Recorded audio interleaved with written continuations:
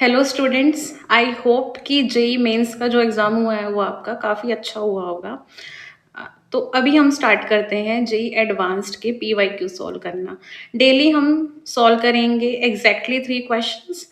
और आप ये सोचो कि डेली 3 क्वेश्चन सॉल्व करते करते वो कितने सारे क्वेश्चंस हो जाएंगे जब तक हमारा जेई एडवांस का पेपर आएगा। So, if we haven't met yet, I am Samiksha. I have been teaching to JEE and NEET students for almost like 3.5 years. तो अभी हम पढ़ना स्टार्ट करते हैं। JEE advanced chemistry PYQs question number 1 to 3। ये जो questions है ना, ये जो मैंने आज 3 क्वेश्चंस लिए हैं, ये तीनों क्वेश्चंस जो हैं वो जेई एडवांस से हैं 2024। ठीक है, ये तीनों क्वेश्चंस एमसीक्यू टाइप ही हैं। सो क्वेश्चन नंबर 1 से अ क्लोज्ड वेसल है हमारे पास। क्लोज्ड वेसल जिसमें हमने क्लोज्ड वेसल, जहाँ पर भी क्लोज्ड वेसल बोल देंगे उसका मतलब ऑब्वियस है कि उसका जो वॉल्यूम जो है, उसका वॉल्यूम क्या है, कांस्टेंट है। Volume is constant. Closed vessel की बात कर रहे हैं, उसमें 10 ग्राम्स मास कितना दे रखा है, 10 ग्राम्स। उसमें हमने आइडियल गैस फिल की हुई है एक्स। तो ये जो क्वेश्चन है वो है स्टेट्स ऑफ मैटर चैप्टर से। स्टेट्स ऑफ मैटर चैप्टर की बात करें तो वो जेई मेंस के सिलेबस से कट हो चुका है। अभी प्रेजेंटली वो जेई मेंस में नहीं आता है। सो आपको ये चैप्टर रिवाइज करना पड़ेगा जेई एडवांस के लिए। तो हमने आइडियल गैस ली है एक्स, ठीक है। उसके हमने 10 ग्राम डाल दिया है एक आइडियल गैस को, ठीक है। टेम्परेचर हमें गिवन है, टेम्परेचर कितना गिवन है, 300 केल्विन पर।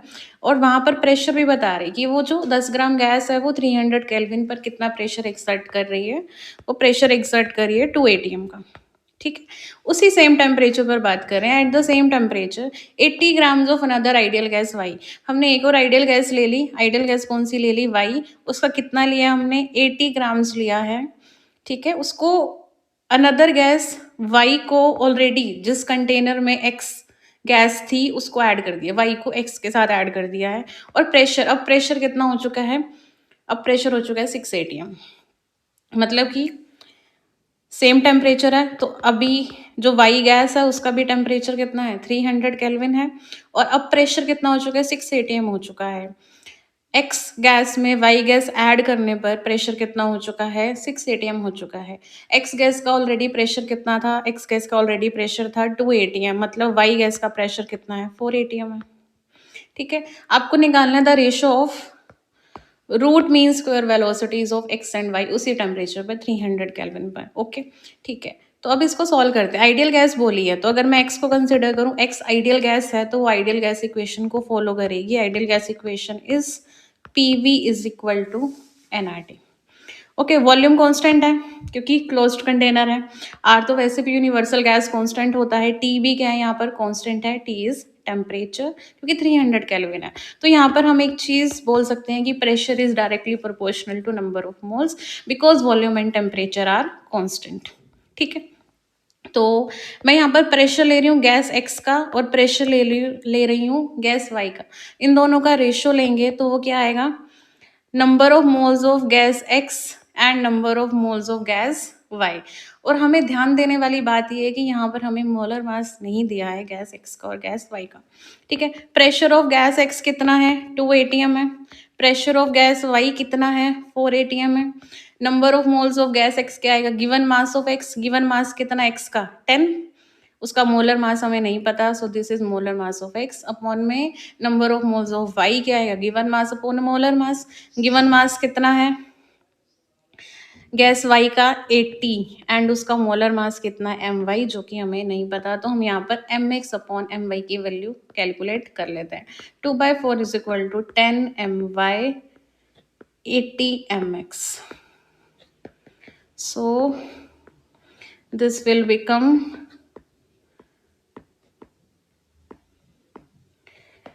4:1 M Y upon M X की वैल्यू आ गई, ठीक है। अब हमें कैलकुलेट क्या करना है, हमें क्वेश्चन में कैलकुलेट करना है ratio of root mean square velocity. देखो P V is equal to N R T, ये जो आइडियल गैस इक्वेशन है इसके बारे में आपने मोल कंसेप्ट जो चैप्टर है उसमें भी पढ़ा होगा, लेकिन हमें रूट मीन स्क्वायर वेलोसिटी के बारे में नहीं पढ़ा होता। तो रूट मीन स्क्वायर वेलोसिटी को लिखते हैं म्यू आर एम एस, इसका फॉर्मूला होता है √3RT/m, और ये जो फॉर्मूला आता है, ये फॉर्मूला आता है स्टेट्स ऑफ मैटर चैप्टर में पढ़ते हैं हम इसे, ठीक है। तो हमें म्यू RMS का रेशियो लेना है, किसका, x टू वाई रेशियो लेना है। तो mu RMS of x upon में म्यू RMS ऑफ y किसके इक्वल आएगा, √3RT अपॉन में m ऑफ x अपॉन में √3RT अपॉन में m ऑफ y। 3 तो कांस्टेंट है ही, r और t टेम्परेचर कांस्टेंट चल रहा है, so this ratio will become my upon mx का under root, that will be 4/1, वो हमने यहाँ से कैलकुलेट कर लिया है। तो next is 2:1, answer will B 2:1, D option correct है।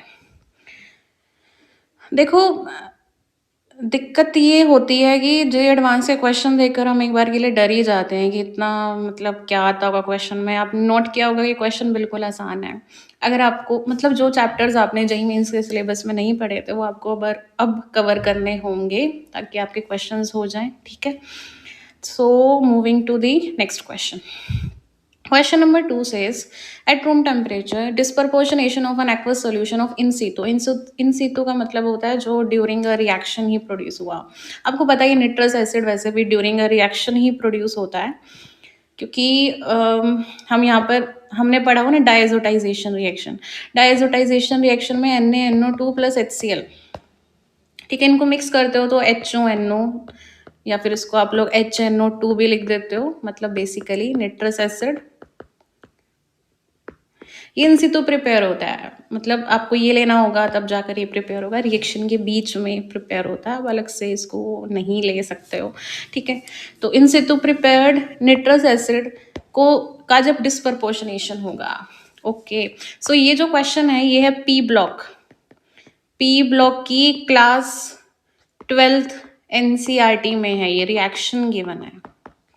पी ब्लॉक की क्लास 12 की NCERT में ये रिएक्शन गिवन है, और अभी के लिए तो ये आपको NCERT में अवेलेबल नहीं मिलता, तो आप ऑनलाइन इसकी PDF डाउनलोड कर सकते हो, आपको किसी भी वेबसाइट पर आराम से मिल जाएगी ये, तो वहाँ से आप पढ़ोगे, ठीक है। P block is important for JEE advance, so ठीक है।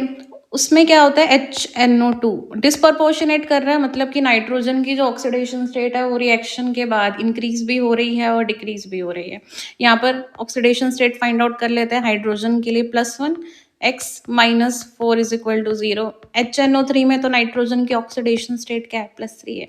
सो ये किस में कन्वर्ट होता है, एसिडिक मीडियम में।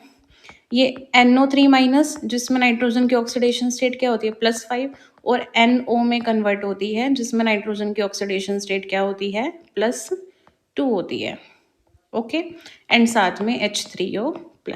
ये रिएक्शन गिवन है उसमें, तो इसमें हम कुछ नहीं कर सकते। इसका आंसर क्या होगा, ए रिएक्शन आपको लर्न करनी है। Now moving on to the third question. ये सब सेमी पेपर्स हैं, 2024 के पेपर 1 से क्वेश्चन। एस्पाराटेम, ओके। तो ये जो आर्टिफिशियल स्वीटनर्स वाला जो टॉपिक है ये कहाँ पर गिवन है, chemistry in everyday life. So basically ये जो तीनों क्वेश्चंस जो मैंने लिए हैं ये सब जे एडवांस 2024 में आ रखे हैं, वो भी जो सिलेबस मेन से कट हो रखा है वहाँ से, केमिस्ट्री इन एवरीडे लाइफ। और इस चैप्टर में तो काफ़ी कुछ लर्न करने का भी है। केमिस्ट्री इन एवरीडे लाइफ से है एस्पाराटेम एंड आर्टिफिशियल स्वीटनर, ठीक है। ये डाइपेप्टाइड होता है। पेप्टाइड बॉन्ड तो आपने बायोमोलिक्यूल्स चैप्टर में भी पढ़ा ही है जेईई मेंस के लिए, ठीक है। Dipeptide aspartyl phenyl alanine methyl ester, okay.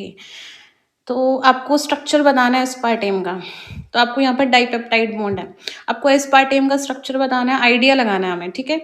वैसे तो NCERT में, मतलब अब NCERT में नहीं है, but chemistry in everyday life की जो NCERT होती थी पहले, उसमें आपको एस्पाराटेम का डायरेक्ट स्ट्रक्चर गिवन है, so answer will be B. आपको लर्न करना होगा, लेकिन हम यहाँ पर थोड़ा आइडिया लगा सकते हैं कि डाइपेप्टाइड है, एस्पार्टिल एस्पार्टिल मतलब कहाँ से आ रहा है स्ट्रक्चर में, एस्पार्टिक एसिड जैसा दिखाई दे रहा है, तो उसमें एस्पार्टिक एसिड होना चाहिए और फिनाइल एलानिन होना चाहिए। फिनाइल एलानिन बाद में आएगा क्योंकि वो बाद में लिखा हुआ है, ठीक है। तो एस्पार्टिक एसिड ये है, फिनाइल एलानिन, ठीक है। यहाँ पर पेप्टाइड बॉन्ड किसके बीच में बनता है? पेप्टाइड बॉन्ड बनता है कार्बोक्सिलिक एसिड के बीच में और NO2 के बीच में। ये दोनों बॉन्ड्स कंबाइन होकर क्या बन जाते हैं यहाँ पर? NHS, इस टाइप का बॉन्ड बन जाता है। तो इसका तो OH यहाँ पर है ही, ठीक है। अब हम क्या करेंगे, इसका NH2 ले लेते हैं, सो इसको इधर लिख देंगे।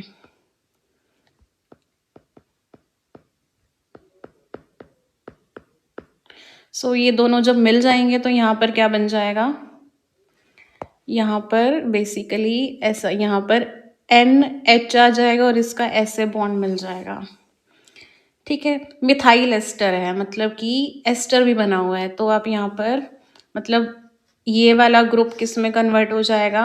OMe में कन्वर्ट हो जाएगा और ये वाला जो बॉन्ड है ये बिलो द प्लेन कंसिडर होगा। So answer will be B. So कल मिलते हैं अगले 3 क्वेश्चंस के लिए।